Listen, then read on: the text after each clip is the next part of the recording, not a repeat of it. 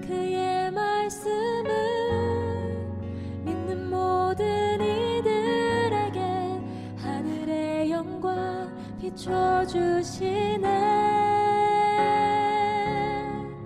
하나님 말씀으로 아버지 마음으로. 오늘 하나님께서 우리들에게 주시는 말씀은 천년왕국 요한계시록 20장 1절에서 10절의 말씀입니다. 한 절씩 같이 읽고 마지막 절은 함께 봉독하겠습니다. 또 내가 보매 천사가 무저갱의 열쇠와 큰 쇠사슬을 그의 손에 가지고 하늘로부터 내려와서 용을 잡으니 곧 옛 뱀이요 마귀요 사탄이라. 잡아서 천년 동안 결박하여 무저갱에 던져 넣어 잠그고 그 위에 임봉하여 천년이 차도록 다시는 만국을 미혹하지 못하게 하였는데 그 후에는 반드시 잠깐 노일이라. 또 내가 보좌들을 보니 거기에 앉은 자들이 있어 심판하는 권세를 받았다. 또 내가 보니 예수를 증언함과 하나님의 말씀 때문에 묵배임을 당한 자들의 영혼들과 또 짐승과 그의 우상에게 경배하지 아니한 손에 그의 표를 받지 아니한 자들이 살아서 그리스도와 더불어 천년 동안 왕노릇 하니 그 나머지 죽은 자들은 그 천년이 차기까지 살지 못하더라. 이는 첫째 부활이라. 이 첫째 부활에 참여하는 자들은 복이 있고 거룩하도다. 둘째 사망이 그들을 다스리는 권세가 없고 도리어 그들이 하나님과 그리스도의 제사장이 되어 천년 동안 그리스도와 더불어 왕노릇 하리라. 천년이 참에 사탄이 그 옥에서 놓여 나와서 땅의 사방 백성 곧 곡과 마곡을 미혹하고 모아 싸움을 붙이리니 그 수가 바다의 물에 같으리라. 그들이 지면에 널리 퍼져 성도들의 진과 사랑하는 성을 두르매 하늘에서 불이 내려와 그들을 태워버리고 또 그들을 미혹하는 마귀가 불과 유황 못에 던져지니 거기는 그 짐승과 거짓 선지자도 있고 세세토록 밤낮 괴로움을 받으리라. 아멘. 요즘 뉴스를 틀면은 마음이 무거워지는 소식밖에 없습니다. 온통 암울한 소식입니다. 국내외의 모든 상황들이 다 비슷한 것 같습니다. 전쟁과 내정, 그런 분쟁도 그치지 않고 있고 경제적인 갈등도 있고 외교적인 갈등도 있습니다. 북한의 핵위협도 있습니다. 기상의 이변은 지금도 진행 중입니다. 사막지대에 폭우가 쏟아지는 그런 이변도 있고 9월이 되었는데도 여전히 곳곳에 많은 기록적인 비가 쏟아집니다. 그런 폭염이 덮칩니다. 아프리카 모로코에서 큰 지진이 발생했습니다. 오늘 아침까지 확인한 바로는 사망자가 2,000명이 넘는 대재앙입니다. 많은 사람들이 죽었습니다. 국내로 들어오면은 국내에도 많은 문제가 있습니다. 정치 갈등이 심하고 이념 갈등이 심합니다. 이토록 우리나라 국민들이 이념 때문에 정치 때문에 갈라진 적이 있었던가 싶을 정도로 누군가를 원망하고 정말 많이 싸우고 있습니다. 신뢰하고 존경할 만한 뚜렷한 리더십이 없습니다. 하나님 앞에 모두가 다 죄인들입니다. 깨끗한 정치 집단이 없습니다. 그런데도 불구하고 본인의 죄인됨을 인식하지 못하고 하나님을 경외하고 두려워해야 되는데도 불구하고 본인들의 죄에 대해서는 침묵하고 상대방의 죄에 대해서는 계속 떠들고만 있습니다. 교육의 현장을 봐도 가슴 아픈 일들이 계속 이어지고 있어요. 선생님들의 안타까운 집회가 이어지고 있습니다. 경무를 넘어서는 그런 학부모들의 행포로 말미암아 그런 이기주의 속에서 자라나는 아이들이 나중에 어떤 사람들이 될까 많이 염려스럽습니다. 미래가 더 걱정입니다. 지금도 걱정인데 지금도 암울한 뉴스가 가득한데 미래는 더 걱정입니다. 마약의 중독은 일상을 파고들었습니다. 이 사회를 병들게 하는 심각한 문제입니다. 집에서 그냥 SNS 문자 한 통이면 쉽게 마약을 사고 팔 수 있는 그런 세상이 되었습니다. 저출산 문제는 정말 심각합니다. 다른 어떤 문제보다도 심각합니다. 뭐 교회 교육 자료, 교회 학교, 신학교, 정말 교회, 이 모든 교회 사역들이 이런 모든 제도들이, 이런 모든 시스템들이, 이런 모든 신앙의 자료들이 무슨 소용이 있을까 싶을 정도입니다. 0.7명의 출산율입니다. 안 그래도 많이 무너진 교회 학교와 다음 세대인데 10년 안에 부흥의 여부와 상관이 없이 이 정도 출산율이면은 그냥 교회는 다음 세대는 교회 학교는 사라집니다. 10년 뒤에 20대 중에 예수를 믿을 사람은 10명 중에 1명이라고 합니다. 이건 그냥 팩트입니다. 이건 그냥 통계입니다. 게다가 출산율이 0.7명 계속 유지가 되면은 젊은 세대와 교회 학교 다니는 성도들의 비율도 10%로 줄어들었지만은 0.7명의 출산율이 유지가 되면은 그 다음 세대는 정말 극단적으로 줄어들게 됩니다. 계시록의 말씀을 나누는 중이라 이런 세상의 상황들, 뉴스를 볼 때면은 더 마음이 무거워집니다. 계시록의 말씀과 많이 연결이 되어서 그렇습니다. 세상의 상황, 나라의 상황, 교회의 상황을 생각하면 정말 하나님의 나라가 당장이라도 왔으면 좋겠어요. 하나님의 통치하심이 당장이라도 임했으면 좋겠어요. 이런 말 속에, 이런 간절한 소망 속에 밑바닥에 깔려 있는 것은 하나님의 나라가 오지 않았다라는 인식이 있죠. 하나님의 통치하심이 임하지 않았다라는 인식이 깔려 있습니다. 하나님의 나라와 하나님의 통치는 지금 없는 거야. 미래의 것으로 그렇게 생각을 한 상태에서 제가 계속 이렇게 말씀을 드렸고 그런 느낌을 가졌었습니다. 이미 저도 하나님 나라와 통치를 미래에 있을 소망의 영역으로 생각을 하고 있었구나. 그것을 깨달았어요. 성도님들은 어떻습니까? 하나님의 나라와 하나님의 통치하심에 대한 성도님들의 인식은 현재적입니까? 미래입니까? 복음서에 보면은 예수님께서 제자들에게 직접 가르쳐 주신 기도문이 있죠? 주기도문입니다. 제자들에게 이렇게 기도하라고 가르쳐 주셨는데 그 중에 있는 내용이 아버지의 나라가 임하게 해달라는 그런 내용이 있었어요. 제자들의 매일매일의 그때그때 현재적인 기도문을 주셨는데 거기에 보면은 아버지의 나라가 임하게 해달라는 그런 기도 내용을 주셨어요. 아버지의 나라가 임하는 것은 미래적일까요? 아니면 현재적일까요? 주기도문은 오늘 우리들의 현재의 상황과는 상관이 없는 미래의 문제만을 해결하기 위한 기도일까요? 그건 아니잖아요. 모든 성도들이 시대를 초월하여 계속 기도해야 될 핵심적인 제목들이 주기도문이니 아버지의 나라가 임하게 해달라는 것은 현재의 필요입니다. 현재 응답되어야 될 내용이라는 거죠. 지극히 현재적인 기도문입니다. 바리새인들이 예수님에게 이렇게 말을 했어요. 하나님의 나라가 언제 옵니까? 바리새인들의 질문 속에 깔려 있는 것은 하나님의 나라는 미래적인 것이다 라고 깔려 있었어요. 그래서 언제 오는 거냐라고 물어봤을 때 예수님의 대답은 이미 너희 안에 임했다라고 하셨습니다. 주기도문과 연결되지 않습니까? 예수님의 대답이에요. 하나님의 나라는 이미 너희에게 임했다. 현재적이다. 바리새인들의 질문은 미래적인 질문이었는데 예수님의 대답은 현재적이다. 하나님의 나라가 임했다? 지금이다. 그 말은 하나님께서 통치하신 지금이다. 그 뜻이 되는 겁니다. 예수님께서 사람의 몸으로 태어나셨을 때 이미 하나님의 나라가 출발한 것입니다. 그 나라의 통치가 시작이 되었습니다. 물론 예수님께서 십자가에서 죽으시고 부활하시고 승천하신 이후에는 이미 예수님의 등장과 함께 임했던 하나님의 나라가 본격적으로 진행이 된 거죠. 본격적으로 그렇게 진행이 되었습니다. 예수님께서 재림하시는 그 미래에 하나님의 나라가 임하겠다 이게 아니라 예수님께서 재림하시면은 그 미래에는 하나님의 나라가 진행되다가 완성이 되는 겁니다. 그러니 하나님의 나라는 지금 임한 것이고 지금 통치가 하나님께서 허락하여 주시는 것입니다.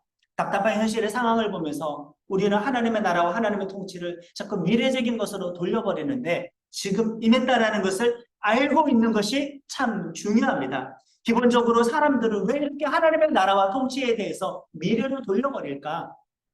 종교라는 자체가, 신앙이라는 자체가 대부분 사람들은 내세와 관계된 문제로, 미래와 관계된 문제로 그렇게 생각을 하지 않습니까? 많은 사람들은 현실의 삶이 힘들면 종교를 핑계로 지금 여기를 떠나고 싶어 합니다. 내세와 미래로 방향을 틀고 싶어 합니다. 지금 여기를 잊고 싶어 합니다. 의무든지 책임이든지 그냥 외면하고 싶어 합니다. 내세와 미래로 마음을 그냥 이렇게 도망쳐버리고 싶어 하는 거죠. 신앙 자체를 이렇게 미래적인 것으로 단순히 내세의 문제로 오해를 합니다. 이런 오해 때문에 요한계시록을 묵상하는 성도들도 오해가 생기는 거죠. 선입견이 생겨나는 겁니다. 특히 요한계시록은 예언서라고 하니까, 정말 묵시록이라고 하니까 더구나 더 지금 여기보다는 미래, 내세를 주목하는 그런 마음가짐을 가지고 요한계시록을 묵상하는 그런 실수를 범한다.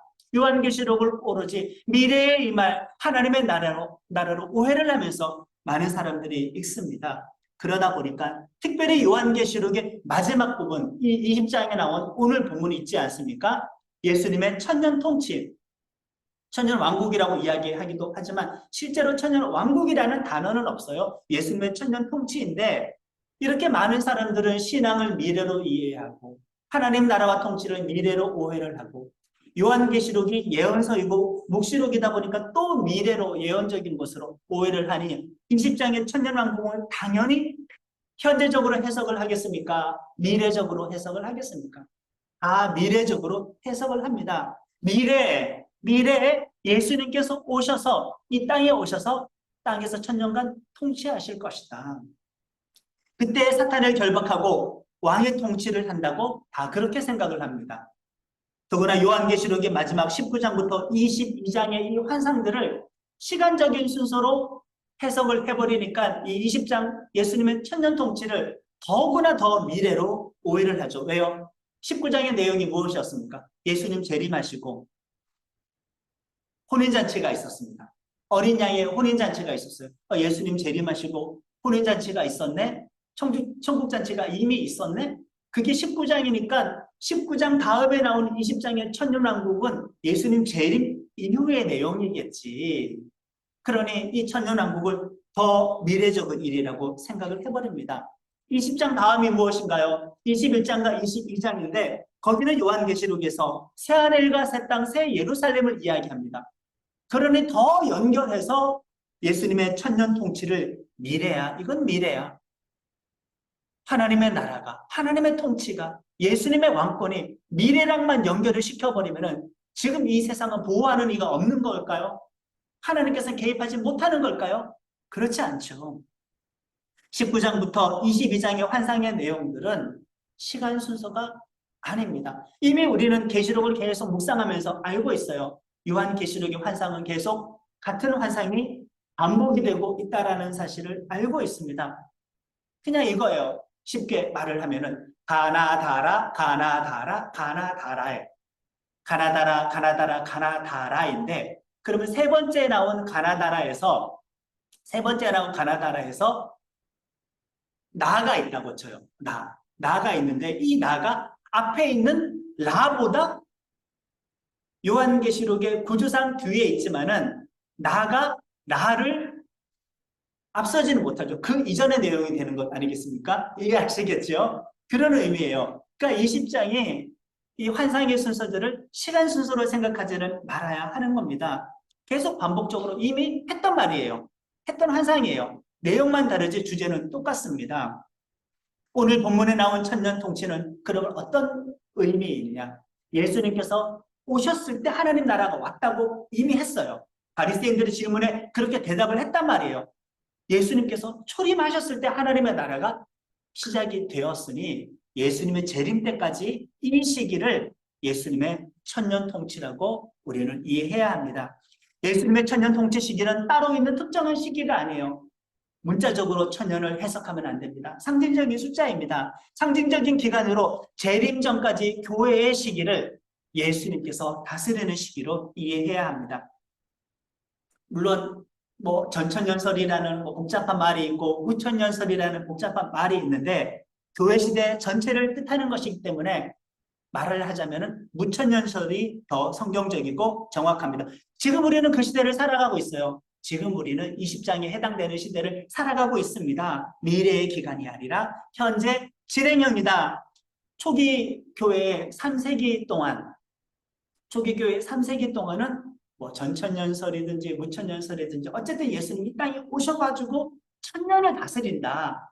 그 다음에 새하늘과 새 땅이 있든지 어쨌든 새하늘과 새 땅이 이루어지기 전에 이 땅에 예수님께서 천년간 다스리는 그런 기간이 있다라고 문자적으로 해석을 했었어요. 한 300여 년간. 그리고 1700년대 이후에 어떤 경건주의자들이 청교도 운동이 일어나면서 그 사람들이 성경을 시간 순서대로 문자적으로 해석하면서 그런 해석을 가지기는 했지만, 그러나 2000년의 교회 역사를 보면은 4세기 이후 어거스틴 그때부터 1200년간 사실은 교회는 이 20장을 무천년설로 믿고 있었어요. 상징적인 숫자로 이해를 하고 있었다라는 겁니다. 성도들은 여기서 헷갈리겠죠. 전천년설, 후천년설, 이걸 제가 다 설명을 하진 않았지만 그냥 무천년설이다. 상징적인 숫자이다. 지금 교회의 시대가 예수님의 천년 통치식이다. 이렇게 이해를 하시면 됩니다. 하나님의 나라와 하나님의 통치는 이미 임했다. 초림과 재림 사이이다. 이 이해를 근거로 우리는 20장의 이 환상의 말씀을 잘 이해할 수가 있습니다. 1절부터 3절까지 같이 읽겠습니다. 또 내가 봄에 천사가 무저갱의 열쇠와 큰 쇠사슬을 그의 손에 가지고 하늘로부터 내려와서 용을 잡으니 곧 옛 뱀이요 마귀요 사탄이라. 잡아서 천년 동안 결박하여 무저갱에 던져 넣어 잠그고 그 위에 임봉하여 천년이 차도록 다시는 만국을 유혹하지 못하게 하였는데 그 후에는 반드시 잠깐 노일이라. 아멘. 사탄이 천년 동안 결박당하여 무저갱에 갇혔다고 했습니다. 이 천년을 숫자적인 그런 시간으로 생각하지는 말아야 됩니다. 그러면 이것은 무엇을 뜻하느냐? 사탄이 결박당했다고 하는데, 무저갱에 던져졌다고 하는데, 이것은 예수님의 십자가 죽음과 부활과 승천을 통한 구원과 승리 사건을 뜻하고 있습니다. 그로 인해서 교회의 천년시대가 열리게 된 것이죠. 예수님 때문에 하나님 나라가 왔으니 천년 통치의 시대가 열렸습니다. 교회의 시대에 사탄은 결박당한 거예요. 모순되죠. 그러나 결박당했기 때문에 교회가 출발할 수가 있었고, 교회가 전파될 수 있었고, 많은 성도들이 이 땅 가운데서 일어날 수가 있었던 겁니다. 사탄이 결박당해서 교회가 가능해진 거죠. 예수님의 등장과 교회 시대 이전에 구약을 보시면은, 여러분 한번 잘 기억을 떠올려 보세요. 구약을 보시면 엘리야가 귀신 쫓는 일이 있었나요? 모세가, 다윗이, 삼손이, 기드온이 있다가 사무엘이 귀신 쫓는 일이 있었나요? 구약에? 그런 기적은 없었어요.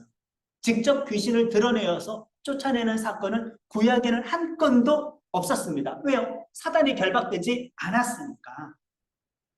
그러나 예수님의 등장과 함께 교회의 시대가 되면서 예수님도 귀신 쫓았어요. 사도들도 귀신 쫓았어요. 신약의 성도들도 귀신 쫓았어요. 직접 사탄과 상대할 수 있었어요. 왜 이런 일들이 가능해졌는가? 예수님의 부활로 말미암아 사단이 결박당했기 때문에, 그의 상당한 영향력이 제한당했기 때문에, 억제되었기 때문에 이런 일들이 가능하게 된 것입니다. 사단의 결박당해서 무저갱에 갇힌다는 표현은 사단이 완전하게 지옥에 던져지는 그 표현이 아니라 그의 많은 힘이 제한당했을 때 이런 표현을 씁니다. 구약시대에는 그렇지 못했으나 예수님의 등장과 함께 이제는 귀신의 정체가 드러나고 마귀의 정체가 드러나고 직접 그런 명칭이 막 드러나기도 하고 쫓겨나가기도 하고 그들이 묶이는 일들이 일어나게 된 것입니다.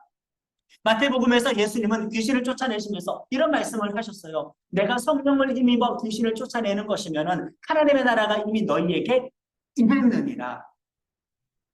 귀신 쫓는 것 가지고 하나님의 나라가 임했다는 것과 연결을 시켰어요. 지금 천년왕국입니다. 사단에 결박당했습니다. 그러니까 복음을 전달할 수도 있고 전해받을 수도 있고 교회가 세워질 수도 있고 악한 영은 묶이게 되는 거고 악한 영은 제한당할 수도 있고 쫓겨나가게 되는 겁니다. 구약에 이런 일들은 없었습니다.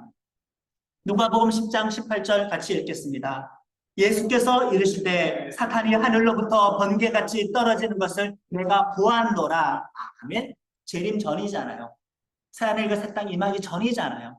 예수님 이 땅에서 공생애로 활동할 때잖아요. 그때 사탄이 하늘로부터 번개같이 떨어지는 것을 보았다고 했는데, 이것은 예수님께서 앞으로 행하실 십자가 사건, 그 부활 사건을 염두에 두고 하신 예언적인 표현이기도 하고, 동시에 예수님께서 등장하신 것만으로도 크게 그의 권세가 위축된 것을 뜻하기도 합니다. 예수님이 제자들을 파송을 했어요. 복음서에서 70제자들을. 그들이 전도를 하는데 귀신이 쫓겨나가기 시작합니다. 사단의 부하 귀신들이 쫓겨나간 것은 어떻게 가능한 것일까? 그들의 대장이 결박당했기 때문입니다. 집주인이 결박당했기 때문에 사단의 진영으로 들어가서 그 세간을 털어올 수가 있게 되어지는 거죠. 예수님의 등장으로 사단의 세력, 교회 시대 가운데에서 결박당했다. 사단이 무적경에 있다는 것은 완전하게 활동하지 못한다는 것은 아닙니다.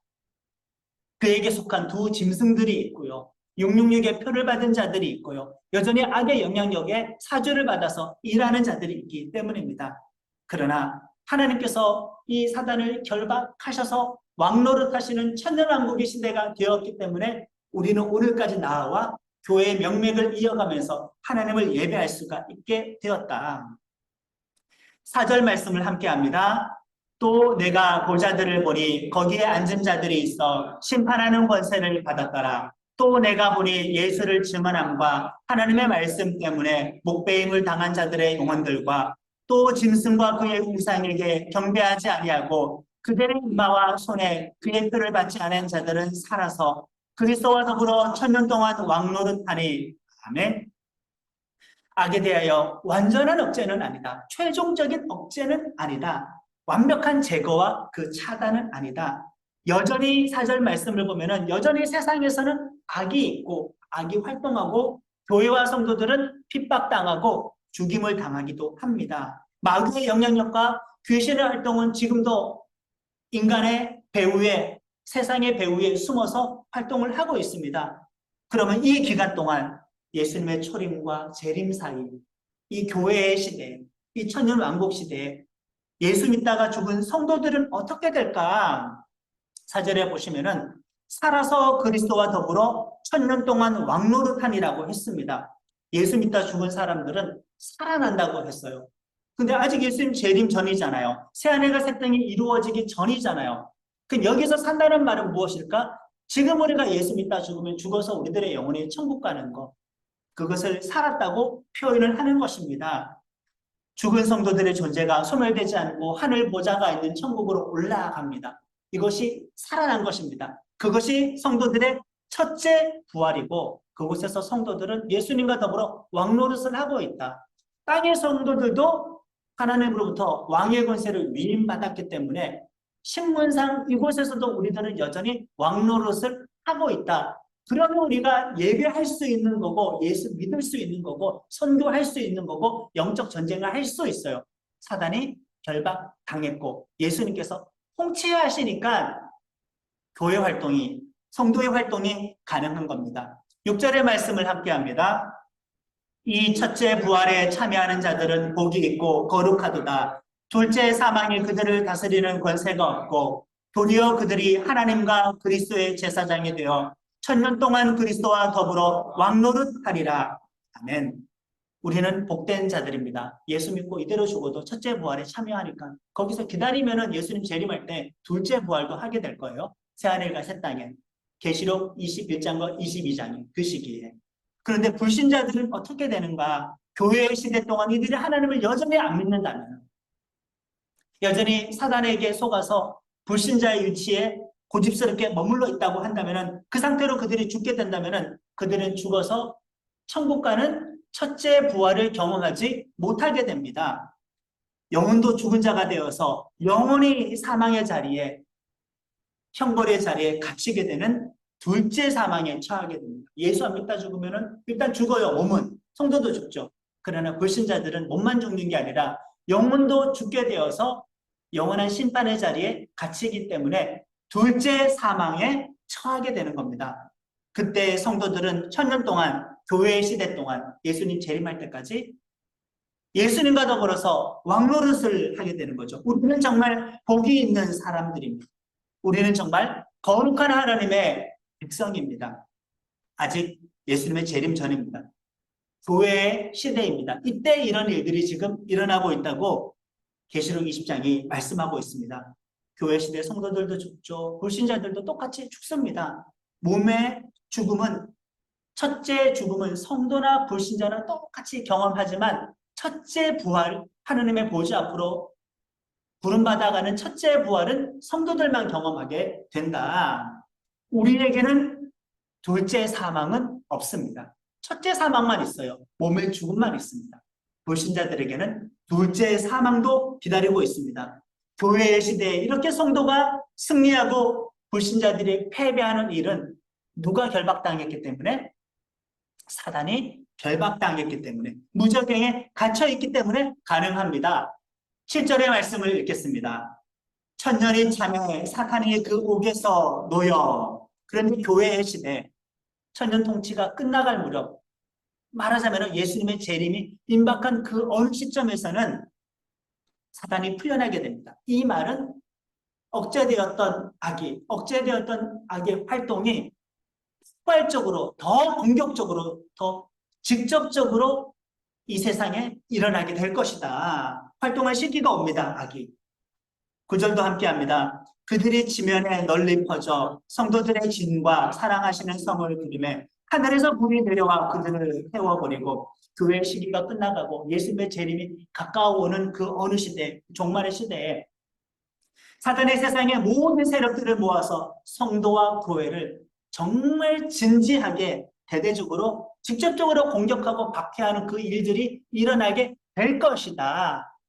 아직 이건 약간 미래적인 영역인데 지금 진행되고 있을 수도 있죠.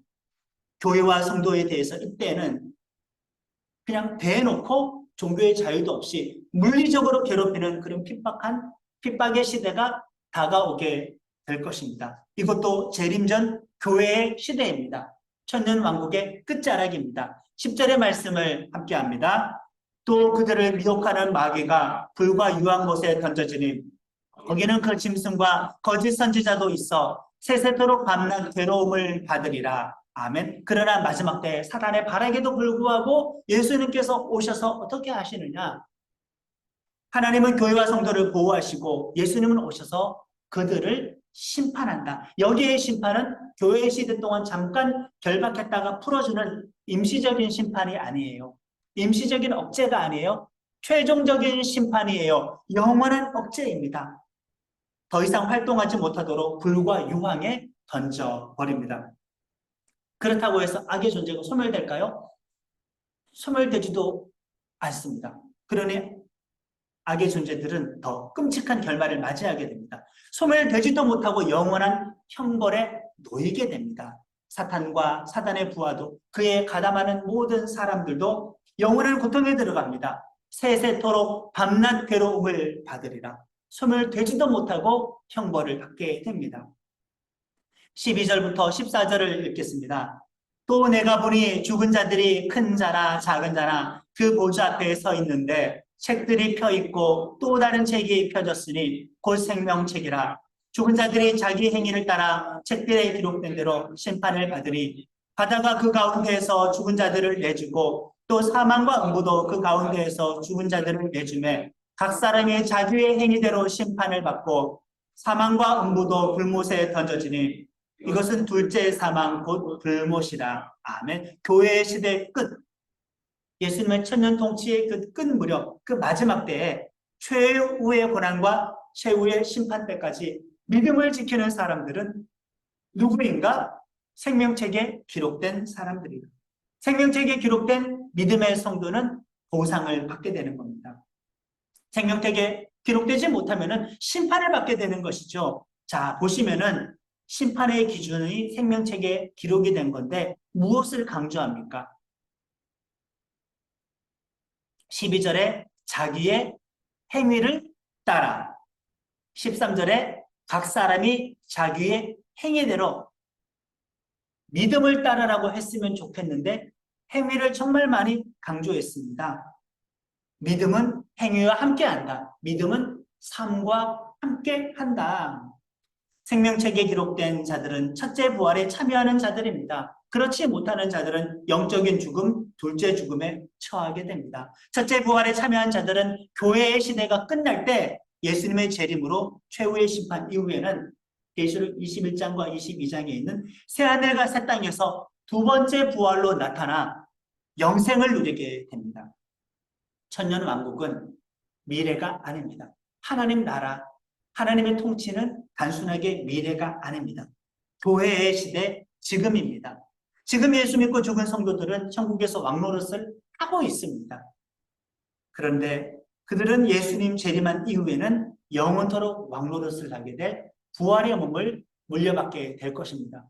둘째의 사망은 성도들에게 해당되지 않는 이야기입니다. 계속 제가 천년왕국 하나님의 통치를 성도의 시대라고 하지 않고 교회의 시대, 교회의 시대라고 이야기를 했죠. 사실 성경 잘 읽어보면 믿음은 절대 개인적이지 않고 공동체적입니다. 성경에 보시면 성도를 상징하는 요한계시록을 보면 교회 공동체를 상징하는 여러 표현이 나오죠. 일단 두 증인 나오죠. 14만 4천 명 나오죠. 7교회 나오죠. 온통 그냥 개인이 아니라 공동체입니다. 우리는 2000년의 통치 시기를 공동체적인 믿음을 가지고 살아내야 한다는 거죠. 앞서서 하나님의 나라와 통치가 필요한 세상의 많은 문제점들에 대해서 먼저 말씀을 드렸습니다. 이 통치가 필요하다고요. 근데 하나님의 통치는 미래가 아니고 현재라고요. 그럼 그 통치를 대행해야 될 책임이 누구에게 있다? 그것이 공동체에게 있다. 교회에 있다. 나에게 있다. 그렇게 되어지는 겁니다. 그리고 마지막에 생명책에 기록되는 조건으로 행위를 강조했단 말이에요. 행동하는 교회가 필요하다. 행동하는 개인의 믿음이 필요하다. 행동하는 믿음을 통하여서 하나님의 나라와 하나님의 통치를 우리가 온전하게 대응을 해야만 이 천년왕국을 신실하게 살아가는 그런 성도의 태도라고 할 수가 있는 것입니다. 모든 조건들이, 모든 말씀들이 완벽하게 우리를 지금 축복하는 계획적인 말씀입니다. 너무 행복하지 않습니까? 예수 믿다 죽어도 좋아요. 첫째 부활, 거기서 기다리면 둘째 부활을 해요. 사명을 감당하다가 죽어도 정말 좋아요. 생명책에 기록이 돼요. 이래나 저래나 우리는 2000년 왕국의 시대를 살아갈 때 마귀가 괴롭히든 괴롭히지 않든 그냥 우리는 생명책에 기록된 사람이 되는 것이고 왕노릇한 성도가 되어지는 것입니다. 마지막까지 행동하는 교회로, 행동하는 성도로 하나님 나라와 하나님의 통치를 대행하는 사명을 끝까지 감당하는 나눔교회 지체들이 되기를 예수님의 이름으로 축원합니다. 아멘.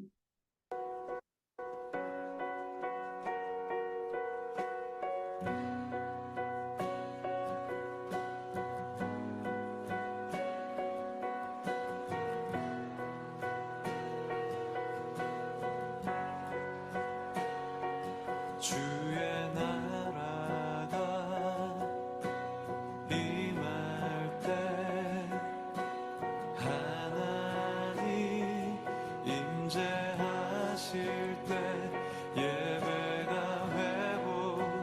회복되고 기적은 일어나네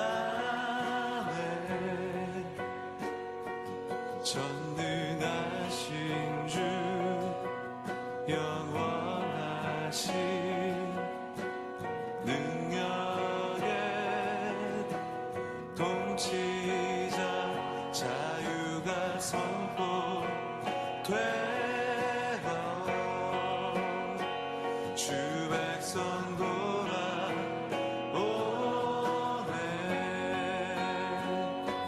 하나님 나라 임하소서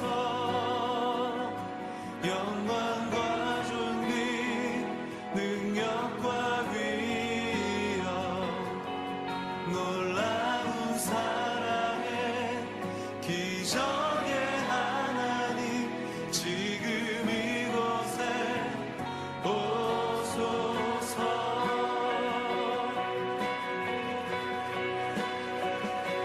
주의 나라 임할 때 하나님 임재하실 때 예배가 회복되고 기적은 일어나네 기적은 일어나네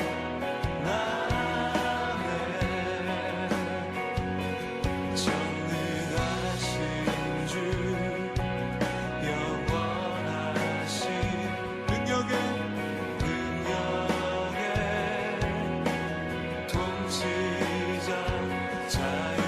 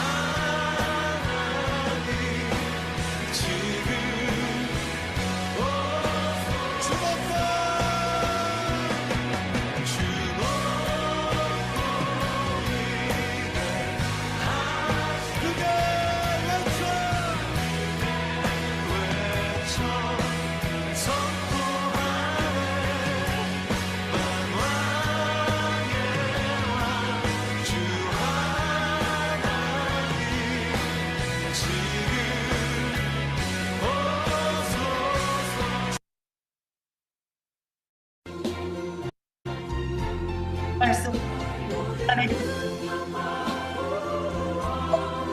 맞습니다. 제가 많은 세상입니다. 미래의 하나님 나라가 우리와 악에 대해서 간섭하는 것이 아니라 교회를 통하여 성도를 통하여 하나님 나라를 예리하게 하셨사오니 하나님의 나라여 기도를 기도를 날마다 드리지만 말해야 된다고 할 것이라고 믿지 못하고 그가 도망하지 않았습니다. 그와 아빠 문제가 많은 이 세상 속에 하나님 나라와 하나님의 통치가 임하여 주시옵소서. 아버지 하나님의 통치가 이제 구체적으로 모든 영역 모든 나라 모든 이거 원합니다. 주옵소서.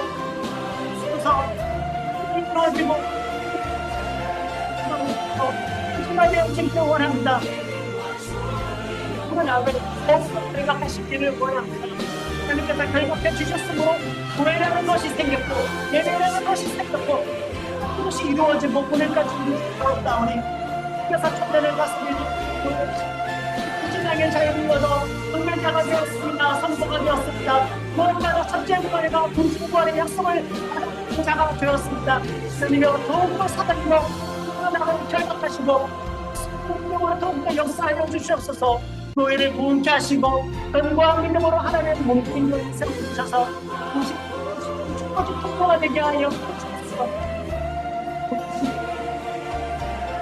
부활이 잃어버린 것을 범죄하고 첫째 부활을 부르게 하셔서 내 주께서 임하신 적동으로 하고 처리하시고 내가 사건을 창조하시는 대림의 때 모든 믿음의 성도가 교회 내 부활에 이르도록 하소서. 이제까지 믿음을 넘어서서 모든 믿음이 되어지고 모든 믿음이 되어지고 그런 진정한 믿음이 아마 영책에 기록된 모든 성도가 다 될 수 있도록 도와주셔서 교회의 시기까지는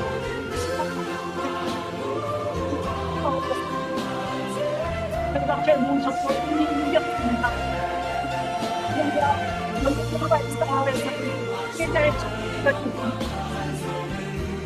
모든 일을 예수님의 이름으로 깨어들지어다. 나의 모든 결과 제대로 예수님의 이름으로 끌어들일지어다. 모든 미움과 모든 거짓과 가짜 저기도 앞에서 깨뜨리고 끊어질지어다. 예수님 오셔서 이 안을 심판하시고 우리를 통치하시고 밀어주시옵소서.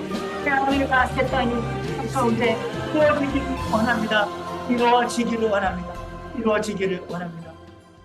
이 모든 말씀 예수님의 이름으로 기도합니다. 아멘.